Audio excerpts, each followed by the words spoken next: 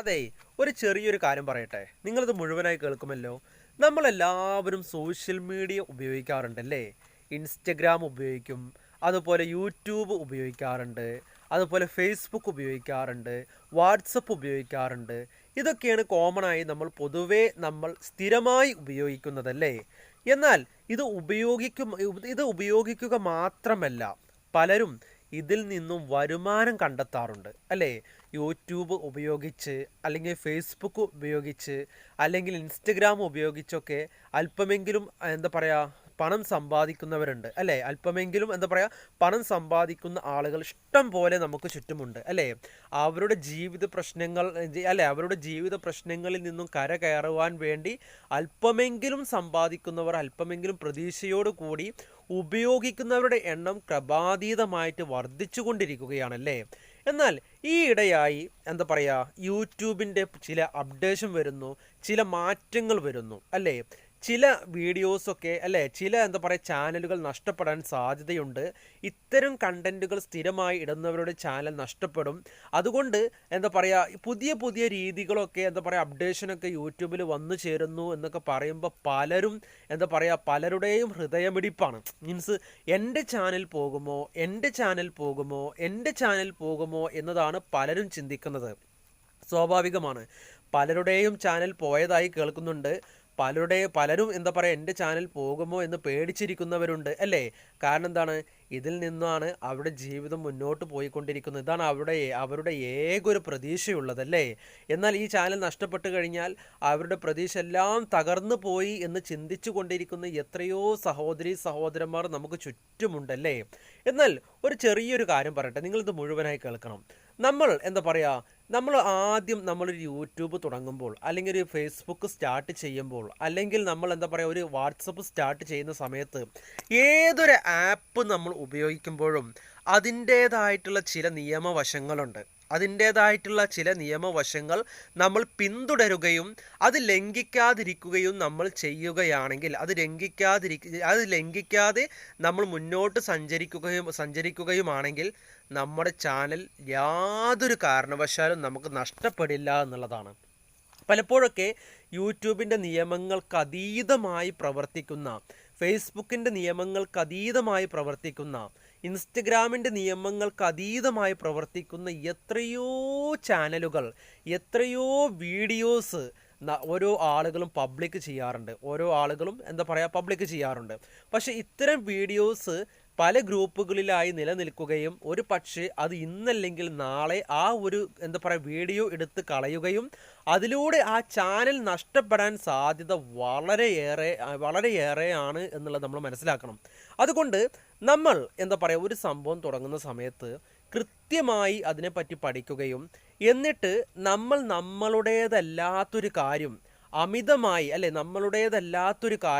അമിതമായി അതിൽ നമ്മുടെ ചാനലുകളിൽ ഉൾപ്പെടുത്താതിരിക്കുകയും, ഫോർ എക്സാമ്പിൾ എൻ്റെ കയ്യിൽ ഒരു ബൈക്കുണ്ട്, അല്ലെങ്കിൽ എൻ്റെ കയ്യിൽ ഒരു കാറുണ്ട്. അപ്പോൾ ഞാൻ എൻ്റെ ബൈക്ക് കൊണ്ട് റോഡിലേക്ക് ഇറങ്ങുകയാണ്.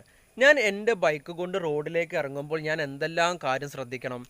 എനിക്ക് ലൈസൻസ് വേണം, വണ്ടിയുടെ പേപ്പേഴ്സ് ക്ലിയർ ആയിരിക്കണം, വണ്ടിക്ക് സൈഡ് ഗ്ലാസ് മസ്റ്റ് ആയിരിക്കണം അല്ലേ? അതുപോലെ തന്നെ നമ്മൾ ഹെൽമെറ്റ് നിർബന്ധമായും വെച്ചിരിക്കണം. അതുപോലെ വണ്ടിയുടെ നമ്പർ പ്ലേറ്റ്, കാര്യങ്ങൾ, ടയർ, എല്ലാ കാര്യങ്ങളും എന്താ പറയുക കറക്റ്റ് ആയിരിക്കണം എന്നുള്ളതാണ് അല്ലേ? യാതൊരു സംശയവുമില്ലല്ലോ. അതുപോലെ ഒരു കാറിൽ സഞ്ചരിക്കുന്ന സമയത്ത് സീറ്റ് ബെൽറ്റ് നിർബന്ധമായി ഇടണം അല്ലേ? അതുപോലെ തന്നെ നമ്മൾ ആ വണ്ടിയുടെ ബുക്കും പേപ്പറും കാര്യങ്ങളൊക്കെ കറക്റ്റ് ആയിട്ടിരിക്കണം അല്ലേ? ഇതൊക്കെ നിർബന്ധമാണ്. അല്ലെങ്കിൽ ഫോർ എക്സാമ്പിൾ ഞാൻ ഇപ്പോൾ എന്താ പറയുക എൻ്റെ വണ്ടിയിൽ ഇങ്ങനെ യാത്ര ചെയ്തുകൊണ്ടിരിക്കുകയാണ്, എൻ്റെ ബൈക്കിൽ ഇങ്ങനെ യാത്ര ചെയ്തുകൊണ്ടിരിക്കുകയാണ്. ബൈക്കിൽ ഇങ്ങനെ പോയിക്കൊണ്ടിരിക്കുന്ന സമയത്ത് വഴിയിൽ വെച്ച് എന്നെ പോലീസ് പിടിക്കുന്ന സമയത്ത് എൻ്റെ കയ്യിൽ ഹെൽമെറ്റ് ഇല്ല, എനിക്ക് ഫൈൻ വന്നു. വണ്ടിയുടെ ബുക്കും പേപ്പറും ശരിയല്ല, എനിക്ക് ഫൈൻ വന്നു അല്ലേ? അതുപോലെ എന്താ പറയുക ഫോർ എക്സാമ്പിൾ എൻ്റെ വണ്ടിയുടെ ടയർ ശരിയല്ല അത് വഴിയിൽ വെച്ച് പൊട്ടിക്കഴിഞ്ഞാൽ എനിക്ക് ആക്സിഡൻറ്റ് സംഭവിക്കും അല്ലേ? സ്വാഭാവികമാണ്. അതായത് നമ്മൾ എന്ത് പ്രവൃത്തി ചെയ്യുമ്പോഴും നമ്മൾ അതിൻ്റേതായിട്ടുള്ള കൃത്യതയോടുകൂടി നിയമങ്ങൾ പാലിക്കാനുള്ള സന്നദ്ധത നമ്മൾ കാണിക്കണം എന്നുള്ളതാണ്. അതുപോലെ തന്നെയാണ് ഇൻസ്റ്റഗ്രാം ആയിക്കോട്ടെ, യൂട്യൂബ് ആയിക്കോട്ടെ, അല്ലെങ്കിൽ ഏതൊരു സോഷ്യൽ മീഡിയ നമ്മൾ ഉപയോഗിക്കുമ്പോഴും അതിൻ്റേതായിട്ടുള്ള നിയമങ്ങൾ നമ്മൾ പാലിക്കണം എന്നുള്ളതാണ്. പക്ഷേ ഇത്തരം നിയമങ്ങൾ നമ്മൾ പാലിക്കാതിരിക്കുമ്പോൾ ഒരു പക്ഷേ ഇന്നല്ലെങ്കിൽ നാളെ നമ്മളുടെ എല്ലാവരുടെ ചാനലും നമുക്ക് നഷ്ടപ്പെട്ടേക്കാം. ചിലപ്പം 1 മില്യൺ അടിച്ചേക്കാം, അല്ലെങ്കിൽ 100K ആയിരിക്കാം, 500K ആയിരിക്കാം. നല്ല റീച്ച് കിട്ടിക്കൊണ്ടിരിക്കുന്ന സമയത്ത്, നല്ല വരുമാനം കിട്ടിക്കൊണ്ടിരിക്കുന്ന സമയത്തൊക്കെ ആയിരിക്കും ഒരു സുപ്രഭാതത്തിൽ എന്ത് ചെയ്യുന്നു, ചാനൽ അങ്ങ് അടിച്ചു പോകുന്നത്. അപ്പോൾ അതുകൊണ്ട് മോശപരമായിട്ടുള്ള വീഡിയോസ് അപ്ലോഡ് ചെയ്യാതിരിക്കുകയും മറ്റുള്ളവർക്ക് ഇറിറ്റേറ്റ് ചെയ്യാത്ത രീതിയിൽ, മറ്റുള്ളവർക്ക് വേദനിപ്പിക്കാത്ത രീതിയിലുള്ള കണ്ടൻറ്റുകൾ നിങ്ങൾ ഇടുകയും, എന്നാൽ മറ്റുള്ളവരുടെ വീഡിയോസ് കോപ്പി അടിച്ച് അതുപോലെ നിങ്ങൾ പകർത്തി നിങ്ങൾ മറ്റൊരു രൂപത്തിലൂടെ അത് പബ്ലിക് ചെയ്യാതിരിക്കുകയും നിങ്ങൾ ചെയ്യുക. അത്തരം ചാനലുകളൊക്കെ ഒരു പക്ഷേ ഇന്നല്ലെങ്കിൽ നാളെ നിർബന്ധമായും അത് പോയിരിക്കും എന്നുള്ളതാണ്. അതുകൊണ്ട് നിങ്ങൾ എഫേർട്ട് ചെയ്യുന്ന ഒരു യൂട്യൂബ് ഒരു വീഡിയോസ് എടുക്കുക എന്നുള്ള പറയുമ്പോൾ അത് എഡിറ്റ് ചെയ്ത് അപ്ലോഡ് ചെയ്യുക എന്ന് പറയുന്നത് ഇത്ര നിസ്സാര കാര്യമൊന്നുമല്ല. യൂട്യൂബ് വീഡിയോസ് എടുക്കുന്നവർക്ക്, അത് അപ്ലോഡ് ചെയ്യുന്നവർക്ക് അറിയാം, അല്ലെങ്കിൽ ഇൻസ്റ്റഗ്രാമിൽ വീഡിയോസ് ഇടുന്നവർ, അല്ലെങ്കിൽ ഫേസ്ബുക്കിൽ വീഡിയോ ഇടുന്നവർക്ക് അറിയാം അവർ എത്ര ദൂരം യാത്ര ചെയ്തിട്ടാണ്, എത്ര മുതൽ മുടക്കിയിട്ടാണ്, എത്രത്തോളം സമയം അതിന് സ്പെൻഡ് ചെയ്തിട്ടാണ്, എത്രത്തോളം പ്രതീക്ഷകൾ അർപ്പിച്ചിട്ടാണ് ഒരു വീഡിയോ അപ്ലോഡ് ചെയ്യുന്നത് എന്നുള്ളത് നമ്മൾ ചിന്തിച്ചാൽ മതി. പലരും അങ്ങനെയാണ് എൻ്റെ ജീവിത പ്രശ്നങ്ങൾ, എനിക്ക് ഒരുപാട് ജീവിത പ്രശ്നങ്ങളുണ്ട്, ആ പ്രശ്നങ്ങളൊക്കെ ഓവർകം ചെയ്യാൻ വേണ്ടിയിട്ട് പലരും യൂട്യൂബിലും മറ്റുള്ള യൂട്യൂബിലും ഇൻസ്റ്റഗ്രാമിലും ഫേസ്ബുക്കൊക്കെ ചാനൽ അവരെന്ത് ചെയ്യുന്നു, പേജ് തുടങ്ങിയിട്ടുള്ളത് അവർ വീഡിയോസ് നിരന്തരം അപ്ലോഡ് ചെയ്യുന്നത് അതിന് വേണ്ടിയിട്ടാണ്.